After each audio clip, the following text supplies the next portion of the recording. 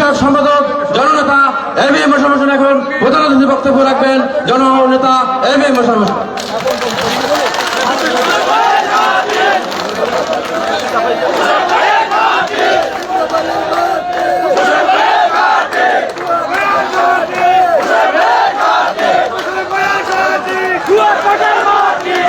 বিসমিল্লাহির রহমানির রহিম। এই সময় কম আজান দিয়ে দেবে। বিসমিল্লাহির রহমানির রহিম। এই কুয়াকাটা আপনাদের সন্তান, ছোটবেলা থেকে যাকে আপনারা দেখেছেন, জহিরুল ইসলাম মিরন। সেই মিরন এই তার জন্মভূমিতে সন্ত্রাসীর দ্বারা আক্রান্ত হয়ে দীর্ঘ 4 মাস ঢাকাতে চিকিৎসা নিয়েছেন। আজকে আমাদের মাঝে ফিরে এসেছেন সেই জহিরুল ইসলাম মিরন।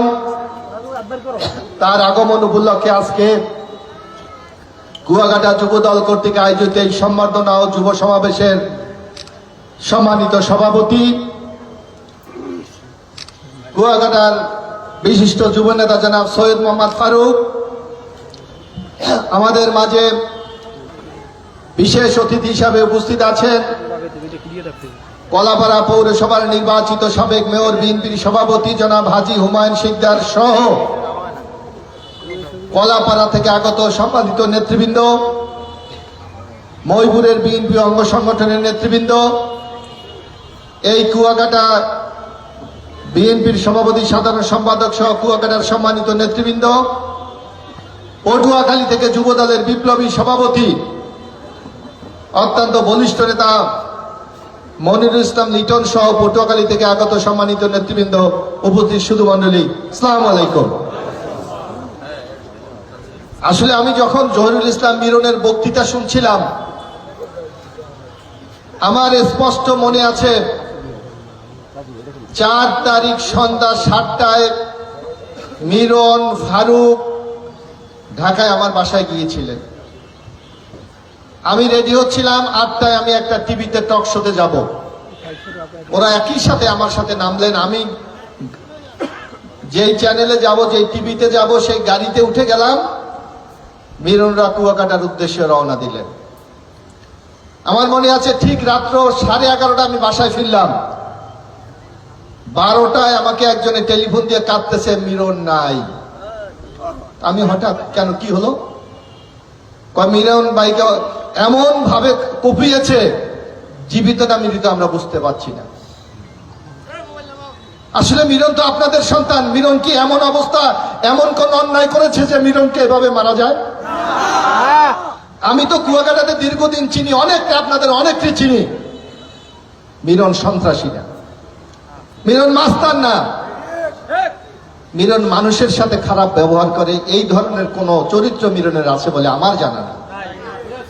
কিন্তু কেন মিরনকে আজকে হত্যা করা হয়েছে, এই হত্যার উদ্দেশ্যে হামলা করা হয়েছে? কারণ বিএনপিকে থামিয়ে দিতে চায় কোন কোন শক্তি। মনে করছে মিরনের উপর যদি হামলা করা হয় বিএনপির লোকরা ভয় পাবে, বিএনপির লোকরা মাঠে থাকবে না। আজকে আমাদের এখানে আমাদের পূর্বের নেতা জনাব আব্দুল আজিজ মুসল্লি আছে, আমার এখনো ভাসে আমার চোখের সামনে কুয়াকাটা। আমি এমনি একটা সন্ধ্যার আগে আমি এসেছিলাম কলাপাড়া থেকে, আজিজ মুসল্লি সহ আমরা সমুদ্রের পাড়ে যাচ্ছিলাম। কি হামলা করা হয়েছে! এখন আমি দেখি আজিজ মুসল্লির রক্তাক্ত পাঞ্জাবি। অথচ এই আজকে আওয়ামী লীগ ক্ষমতায় নাই প্রায় 10 মাস। এখানে আওয়ামী লীগের কোন নেতাকে কি এইভাবে রক্তাক্ত করা হয়েছে? আওয়ামী লীগের কোন নেতাকে এইভাবে কুয়াকাটা থেকে বের করে দেওয়া হয়েছে? হয় নাই, কারণ বিএনপি সেই সন্ত্রাসী রাজনীতি করে না। আপনাদেরকে আমি বলতে চাই না, আওয়ামী লীগের অনেক বড় বড় বাঘা বাঘা নেতা যারা এক সময় বাঘ ছিল, ঢাকা গিয়ে আমাকে টেলিফোন দিয়েছে, আমি তাদের সাথে বসেছি, কথা বলেছি। এখন অনুতপ্ত, কয় যে কাজ আমরা করেছি এটা করা ঠিক হয় নাই। আজকে যার কারণে কিন্তু তারা নাই এই কুয়াকাটাতে। তা আমাদের হাজী সাহেব হুমায়ুন শিকদার সাহেব বলেছেন, আগামী দিনে কি আমরা এমন কোন কাজ করব যে আমরাও কুয়াকাটা থাকবো না? এই কাজগুলি আমরা করব না। আপনাদেরকে একটা কথা বলি, আমি তো আমাদের নেতৃবৃন্দ বলেছে বিএনপির একসময় আমি ছাত্র রাজনীতি করেছি, সারা বাংলাদেশ আমি সকল জেলা উপজেলায় বিশ্ববিদ্যালয় কলেজে আমি ঘুরে ঘুরে মিটিং করেছি। এখন বর্তমানে আগামী দিনে বাংলাদেশে বিএনপি যদি রাষ্ট্রীয় ক্ষমতায় যায়, ইনশাল্লাহ বিএনপি কি করতে চায় সেই কথা আমি সারা বাংলাদেশ ব্যাপী জেলায় জেলায় মিটিং করে আমি বলি। আমি বাংলাদেশের মানুষের সেন্টিমেন্ট দেখেছি, মানুষের চোখের ভাষা দেখেছি। ইনশাল্লাহ শুধু নির্বাচনের বাকি, কিন্তু রাষ্ট্রীয় ক্ষমতায় বিএনপি যাবে। এটা আপনারা বিশ্বাস করেন? কারণ আমাদের প্রতিপক্ষ ছিল আওয়ামী লীগ, যে আওয়ামী লীগ আমাদেরকে ভোটের অধিকার থেকে বঞ্চিত করেছে, যে আওয়ামী লীগ আমাদেরকে কথা বলতে দেয় নাই, যে আওয়ামী লীগ মানুষকে সম্মান করে নাই, মানুষ উপর নির্যাতন করেছে, লুটপাট করেছে, করেছে না? সেই আওয়ামী লীগ তো বাংলাদেশে নাই। তাহলে বাংলাদেশের সবচেয়ে বড় রাজনৈতিক দলকে ইনশাল্লাহ বিএনপি ক্ষমতায় যাবে। কিন্তু এই কুয়াকাটা মানুষের কাছে, এই পটুয়াখালীবাসীর কাছে প্রশ্ন, বিএনপি যদি ইনশাল্লাহ রাষ্ট্রীয় ক্ষমতায় যায়, আমাদের নেতা যখন তারেক রহমান প্রধানমন্ত্রী হবেন, তখন উন্নয়নের জন্য কি আমাদের কোনো প্রতিনিধি দরকার? আমাদের কি এমপি দরকার? যদি আমাদের দরকার হয় তাহলে আমাদের ভাগ্য কিন্তু আমাদেরকে বেছে নিতে হবে। এখানে অনেক মুরব্বী আছেন, অনেক ইসলামী চিন্তাবিদ, আমাদের পবিত্র কোরআন আছে, কোরআনে স্পষ্ট আছে, যে জাতি তার ভাগ্য পরিবর্তন করে না, আল্লাহ তার সহযোগিতা করে না। কি ঠিক হুজুর যারা আছেন? তা সুতরাং আমাদেরকে চিন্তা করতে হবে যে এই উন্নয়ন আমরা চাই কিনা। আগামী দিনে বাংলাদেশ যে এগিয়ে যাবে তারেক রহমানের নেতৃত্বে এবং খালেদা জিয়ার নেতৃত্বে, সেই উন্নয়নে আমরা পাশে থাকবো কিনা। এই যে আমার স্পষ্ট মনে আছে 2004 সালে কলাপাড়া জনসভা করেছিলাম, বেগম খালেদা জিয়াকে প্রথম কলাপাড়া নিয়ে এসেছিলাম আমি তো সেই সময়। আপনাদের মনে আছে, আপনারা অনেকে এখানে মুরব্বীরা আছেন, অনেক যুবক ভাইরা আছেন, সেই জনসভায় সেই দিন আপনারা গিয়েছিলেন। আমি আপনাদের পক্ষ হয়ে বেগম খালেদা জিয়ার কাছে যে দাবিগুলি করেছি, প্রত্যেকটি দাবি বেগম খালেদা জিয়া বাস্তবায়ন করেছে। এই যে বিল্ডিংটা দেখে থাকেন, যুব পান্থনিবাস বেগম খালেদা জিয়া দিয়েছে। এই যে বিল্ডিংটা দেখেন পর্যটনের, এই যে ডান পাশে দেখেন 91 থেকে 2096 পর্যন্ত যখন বেগম খালেদা জিয়া ছিলেন, এই বিল্ডিংটি বেগম খালেদা জিয়া দিয়েছেন। এই কুয়াকাটা যখন বেগম খালেদা জিয়া এসেছিলেন, বলেছিলেন এখানে এই কুয়াকাটা পর্যটন মানুষ ঘুরতে আসে। এই যে বৌদ্ধ রাখাইন সম্প্রদায় যারা, তাদের এক মহিলার বাসায় উনি গিয়েছিলেন। ওই মহিলা বলেছিলেন আমাদের থাকা জায়গা নেই, আপনি ঘর করে দেন। এই কুয়াকাটাতে 57টি রাখাইন পরিবার ছিল, প্রত্যেকটি পরিবারের জন্য বেগম খালেদা জিয়া একটা করে ঘর করে দিয়েছে। এখন অনেক নাই, অনেক ঘরে বিল্ডিং হয়ে গেছে, তাই না? এই যে আমার মনে আছে কলাপাড়াতে দাঁড়িয়ে আমি বেগম খালেদা জিয়াকে বলেছিলাম, ম্যাডাম কলাপাড়া থেকে কুয়াকাটা যেতে 3টি ব্রিজ দরকার, এই 3টি ব্রিজ আপনাকে করে দিতে হবে। বেগম খালেদা জিয়া বলেছিলেন আমি ব্রিজ করে দেবো। ইনশাল্লাহ হয়েছে না ব্রিজ? ব্রিজ করে দিয়েছি আমাদের বিএনপির আমলে। কেউ কেউ নাম দিয়েছিল, এখন নাম কি আছে? অর্থাৎ সত্যের কল কিন্তু বাতাসে নড়ে। করেছিলাম আমরা, ওরা নিজেদের নাম দিয়ে মনে করেছিল যে এই ওরা করেছে, আজকে টিকে নাই। কিন্তু আগামী দিন ইনশাল্লাহ রাষ্ট্রীয় ক্ষমতায় বিএনপি যাবে। সুতরাং ওই ক্ষমতা যাওয়ার জন্য আপনাদের কিন্তু সেই বেগম খালেদা জিয়া বা তারেক রহমান যে বাংলাদেশের সরকার পরিচালনা করবেন, সেই সাথে আপনাদের যাওয়ার জন্য সাধারণ মানুষের কাছে আপনাদের যেতে হবে, আপনাদের ভোট চাইতে হবে। ইনশাল্লাহ বিএনপি, আল্লাহ মহান আল্লাহ তাআলা আছে, তাকে সাক্ষী রেখে বলতে চাই, যখন নির্বাচন হোক, ডিসেম্বর হোক অথবা জানুয়ারিতে হোক, ইনশাল্লাহ বিএনপি কিন্তু ক্ষমতায় যাবে। আজকে ইতিমধ্যে আপনারা লক্ষ্য করেছেন, বিএনপির পক্ষ থেকে আমরা অনেক কিছু ঘোষণা করেছি যে আগামী দিনে যদি রাষ্ট্র ক্ষমতা বিএনপি যায়, বিএনপি কি করবে। আমাদের এখানে আমাদের মা বোনরা আছে, বিএনপির পক্ষ থেকে স্পষ্ট ভাষা বলা হয়েছে। এখন আপনারা জানেন বেগম খালেদা জিয়া যখন ক্ষমতায় ছিল, তখন আপনার এই যে বিজেপি বলেন, বয়স্ক ভাতা, বিধবা ভাতা, স্কুলের ছাত্রছাত্রীদের জন্য উপবৃত্তি, এইগুলি প্রবর্তন করেছিলেন। আমাদের বিএনপির পক্ষ থেকে বলা হচ্ছে আগামীতে যদি ইনশাল্লাহ বিএনপি ক্ষমতায় যায়, এই যারা আমাদের নারীরা আছে, প্রত্যেক ঘরে নারীদের জন্য ফ্যামিলি কার্ড প্রবর্তন করা হবে। অর্থাৎ বাংলাদেশের যতটা পরিবার আছে, প্রত্যেকটা পরিবারে একটা করে এই নারীদের জন্য ফ্যামিলি কার্ড পরিবর্তন করা হবে এবং ওই ফ্যামিলিতে যিনি সবচেয়ে বয়স্ক মহিলা থাকবেন তার নামে এই কার্ডটি হবে।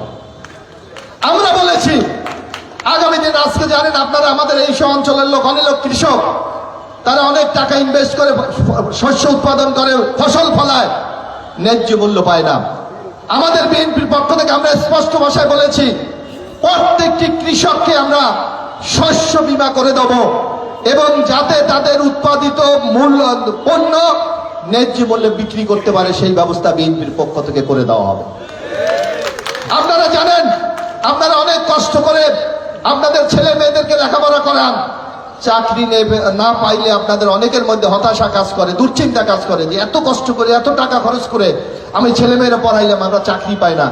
বিএনপির পক্ষ থেকে স্পষ্ট বলা হয়েছে এমএ পাস করার পর, ডিগ্রি পাস বা এমএ পাস করার পর চাকরি না পাওয়া পর্যন্ত 1 বছর পর্যন্ত ওই ছেলে মেয়েদেরকে বেকার ভাতা দেওয়া হবে। আমরা কিন্তু এইগুলি ঘোষণা করেছি। আমরা বলেছি বাংলাদেশের মানুষ ভোট দিতে পারে না। বিগত 3টি নির্বাচন, বিশেষ করে শেখ হাসিনার আমলে আপনারা দেখেন 2014-তে ভোট দিতে পারেন নাই, 18-তে রাত্রে ভোট হয়েছে, 2024-এ আওয়ামী লীগ করেছে। যার জন্য বিএনপি স্পষ্ট ভাষায় বলেছে, মানুষের এই আমাদের নেত্রী বেগম খালেদা জিয়া বলেছে জনগণের ক্ষমতা আমি জনগণের হাতে ফিরিয়ে দিতে চাই। যার জন্য ভোটের অধিকার নিশ্চিত করা হবে, যার জন্য আগামীতে যত নির্বাচন বাংলাদেশে হবে সকল নির্বাচন তত্ত্বাবধায়ক সরকার বা কেয়ারটেকার সরকারের অধীনে হবে, যাতে আপনারা ভোট দিতে পারেন। আপনারা দেখেন এই হাসিনার আমলে ইউনিয়ন পরিষদে আগে আমাদের একটা নিরপেক্ষ ইলেকশন হইতো না, কোনো মার্কা ছিল না। ওনারা দেখে মানুষ যখন ভোট দেবে না তখন ওনারা নৌকা পরিবর্তন করেছিলেন, যে চেয়ারম্যানের নৌকা, উপজেলা চেয়ারম্যান নৌকা, মেয়রও নৌকা করছে না। আগামীতে আমরা বিএনপির পক্ষ থেকে স্থানীয় সরকার নির্বাচনে কোনো মার্কা থাকবে না, নিরপেক্ষ ইলেকশন হবে এবং মানুষ যাকে খুশি তাকে ভোট দিয়ে তাদের নেতা নির্বাচন করতে পারবে। আমাদের দলের পক্ষ থেকে আমরা আরো বেশ কিছু ঘোষণা করেছি। আমরা বলেছি আপনারা দেখবেন শেখ হাসিনা যখন ক্ষমতায় ছিল আওয়ামী লীগের নেতাদের গর্ব, শেখ হাসিনার পর বাংলাদেশ কিভাবে চলবে, কি বলছে না? তো বাংলাদেশ নাকি পঙ্গু হয়ে যাবে, বাংলাদেশ নাকি চলবে না, অচল হয়ে যাবে। এখন চলে না বাংলাদেশ? ডক্টর অধ্যাপক ইউনূস চালাচ্ছে না বাংলাদেশ? ইউনূস যদি না থাকে অন্য কেউ বাংলাদেশ চালাবে না। যার জন্য আমাদের বিএনপির পক্ষ থেকে স্পষ্ট আমরা বলেছি পরপর 2 বারের বেশি এক ব্যক্তি প্রাইম মিনিস্টার হবে না, যাতে নতুন নেতৃত্ব সৃষ্টি করা যায়। এমনি ভাবে যেখানে যেখানে সমস্যা আছে আমরা প্রতিটি ক্ষেত্রে আপনারা দেখবেন, আপনারা অনেকে দেখেন আমি প্রতি রাত্রে এই টেলিভিশনগুলো টক শোতে যাই, আমাদের পার্টির পক্ষ থেকে বলতে হয় যে আগামী দিনে আমরা কি করতে চাই। আপনারা যদি আমার টক শোগুলি দেখেন দেখবেন যে আমরা বলি যে আগামী দিনে আমাদেরকে অনেকভাবে জিজ্ঞাসা করে। এই যেমন এখন একটা কথা বলে দেখবেন আপনারা অনেকে বলে, আমাদের যারা এখন অন্য অন্য রাজনৈতিক দল আছে যে বিএনপি খালি নির্বাচন চায়, সংস্কার চায় না, বলে না? কি বলে শোনেন, অনেক দল আছে, ইসলামী দল আছে, এই দল আছে, ভোট দিলে নাকি বেহেশতে চলে যাবে, বলে না? আমি এখানে এমন কোন হুজুর আছেন একটা কোরআন হাদিসের একটা আয়াত দেখান যে এই মার্কায় ভোট দিলে বেহেশতে যাবে, দেখাই, এমন আমি চ্যালেঞ্জ করি, কেউ দেখাতে পারবে? কি পারবে? কোন হুজুর আছে? আমি চ্যালেঞ্জ করি। অথচ দেখবেন কয় এই মার্কায় ভোট দিলে বেহেশতের দরজা খোলা চলে যাবে না, ঢুকে যাবে। এগুলি মানুষের সাথে প্রতারণা করা হচ্ছে, কারণ তারা আজকে মানুষকে ধোঁকা দিয়ে ভোট নিতে চায়। কিন্তু আপনারা দেখবেন আমরা মানুষ ভোট দেবে, একটা দেশ নির্ভর করে সুশাসনের উপর, নেতার উপর। আজকে যেসব দল এইগুলি কথা বলে, আমি তো বাংলাদেশ সম্বন্ধে বলে দিতে পারি যে কোথায় বাংলাদেশে মোটামুটি হয়তো এদিক সেদিক হইতে পারে, কত সিট কে পাবে এটা কিন্তু আমরা আমাদের কাছে হিসেব আছে। ইনশাল্লাহ যদি অবাধ সুস্থ নিরপেক্ষ নির্বাচন হয়, তাদের অবস্থা আগামী দিনে কোথায় যায় একটু খোঁজ নিলে আপনারা দেখতে পারবেন নির্বাচনের পর।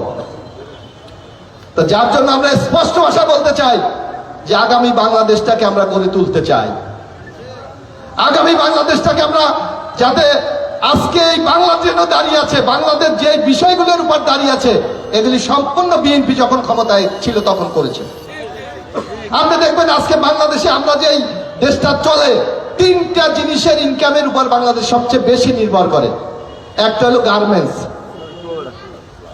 আমরা যত পোশাক উৎপাদন করি, বিদেশ থেকে যত টাকা আমরা ইনকাম করি, এর 84 টাকা আসে এই গার্মেন্টস থেকে, পোশাক শিল্প থেকে। 100 টাকা যদি আমরা ইনকাম করি, 84 টাকা আসে গার্মেন্টস থেকে। এই যে আপনারা লোক পাঠান আদম বলেন না, জনশক্তির শুদ্ধ ভাষায় জনশক্তি, ম্যান পাওয়ার, এটা আমাদের নেতা জিয়াউর রহমান চালু করেছিলেন সৌদি আরবে। এই গার্মেন্ট জিয়াউর রহমান সাহেব চালু করেছিলেন। এই খাল খনন করে 1974 সালে শেখ মুজিবুর যখন ক্ষমতা ছিল, দুর্ভিক্ষে 1.5 লক্ষ লোক মারা গিয়েছিলেন। কিন্তু আমাদের নেতা জিয়াউর রহমান খাল খনন করে, সবুজ বিপ্লব করে, মাত্র 1 বছরের মধ্যে খাদ্যের স্বয়ংসম্পূর্ণতা অর্জন করে 1 লক্ষ টন বিদেশে চাল, 1 লক্ষ টন চাল সেদিন রপ্তানি করেছিলেন। অর্থাৎ দেশটাকে কিভাবে এগিয়ে নিয়ে যেতে হয় সেইটা বিএনপি জানে। এই যে আপনারা দেখেন 3-4 দিন আগে বাজেট ঘোষণা করেছে, অর্থাৎ বাজেট আগামী দিনে দেশটা কেমনে চলবে। এই ইউনূস সরকার 7,90,000 কোটি টাকার বাজেট ঘোষণা করেছে। এর মধ্যে অর্ধেক টাকা আসবে ভ্যাট থেকে। আপনারা ভ্যাট দেন না? এই ভ্যাট পরিবর্তন করেছে আমাদের নেতা, আমাদের নেত্রী বেগম খালেদা জিয়া। সুতরাং বাংলাদেশটা যে আজকে দাঁড়িয়ে আছে, এটা হলো বিএনপির উপর, বিএনপির পলিসির উপর, বিএনপির নীতির উপর। ইনশাল্লাহ আগামী দিনে আপনারা বিএনপির ধানের শীষে ভোট দেন, আমরা একটা সুখী সমৃদ্ধ বাংলাদেশ আমরা তৈরি করে দেবো ইনশাল্লাহ। আজকে সকল ক্ষেত্রে আমরা একটা কল্যাণময় বাংলাদেশ গড়ে তোলার জন্য আজকে আমরা কাজ করে যাচ্ছি। আজকে দেখবেন আমাদের নেতৃবৃন্দের বক্তব্য আপনারা শুনবেন। আজকে সংস্কারের কথা বলা হচ্ছে, অথচ বিএনপি যে সংস্কার প্রস্তাব দিয়েছে এখন পর্যন্ত কোন দল সেই প্রস্তাব দিতে পারে নাই। যার জন্য আমরা নির্বাচন চাই। আমরা নির্বাচন চাই কেন? নির্বাচন চাই এই কারণে, জনগণের প্রতিনিধি ছাড়া একটা দেশ দীর্ঘদিন চলতে পারে না। আপনি জানেন উন্নয়ন, এখন এই যে গ্রামগঞ্জে চুরি ডাকাতি বেড়ে গেছে, কেন বেড়ে গেছে? কোনো কিন্তু কাজ নাই, কোন ডেভেলপমেন্ট ওয়ার্ক নাই। যদি ডেভেলপমেন্ট ওয়ার্ক না হয়, টাকা যদি না রুলিং হয়, তাহলে মানুষ চলবে কিভাবে? এই দেখেন এখন ইউনূস সাহেব ক্ষমতায় আছে, বিদেশ থেকে একটা টাকা কিন্তু আসতেছে না। তারা বলে নির্বাচিত সরকার ছাড়া বাংলাদেশে কোনো টাকা আমরা দেব না, কোনো ইনভেস্ট আমরা করব না। যার জন্য আমরা স্পষ্ট ভাষায় বলি, যত দ্রুত নির্বাচন হবে বিএনপি বেঁচে যাবে, বাংলাদেশটা বেঁচে যাবে। নাই কিন্তু আগামী দিনে বাংলাদেশ কঠিন একটা সংকটে পড়ে যেতে পারে। যার জন্য অনতিবিলম্বে নির্বাচনের আমরা দাবি জানাচ্ছি এবং আপনাদেরকে আমরা এই কথা দিচ্ছি, আপনারা বিএনপিকে সমর্থন করেন, ধানের শীর্ষে সমর্থন করেন, আমাদের নেত্রী বেগম খালেদা জিয়া, তারেক রহমানের প্রতি আস্থা রাখুন। ইনশাল্লাহ আমরা একটা সুখী সমৃদ্ধি উন্নয়নমূলক বাংলাদেশ আগামী দিনে উপহার দেব। এবং বিশেষ করে এই আপনাদের প্রতি আমাদের আহ্বান, ইনশাল্লাহ আবার সুস্থ নির্বাচন হলে বিএনপি ক্ষমতায় যাবে। এখন আমাদের ভাগ্য আমাদের নির্ধারণ করতে হবে, সেই উন্নয়নে আমরা কিন্তু থাকবো কি থাকবো না। যদি আমরা থাকতে হয়, তাহলে এই সিট থেকে আমাদের তাকে যাতে আমরা এমপি নির্বাচন করে ওই জাতীয় সংসদে পাঠাতে পারি।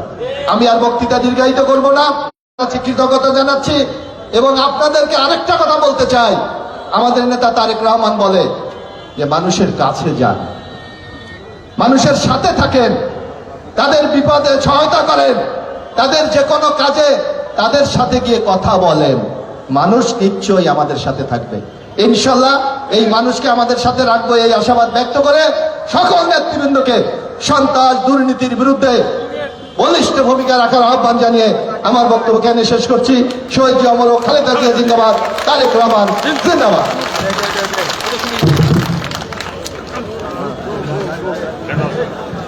সভাপতির অনুমতি করবে আজকে এই সংবর্ধনা এবং যুব সমাবেশ এখানেই সমাপ্ত ঘোষণা করা হলো। সকলকে ধন্যবাদ। আমাদের স্বেচ্ছাসেবী যারা আছেন এবং যারা বিভিন্ন ওয়ার্ড থেকে সভাপতি সেক্রেটারি নেতৃত্বে মিছিল নিয়ে আসছেন, সকলকে ধন্যবাদ। আমাদের শৃঙ্খলা কমিটির ডক্টর শহীদুল ইসলাম শাহীন সহ 60 জন স্বেচ্ছাসেবী, সকলকে বিএনপির পরিবারের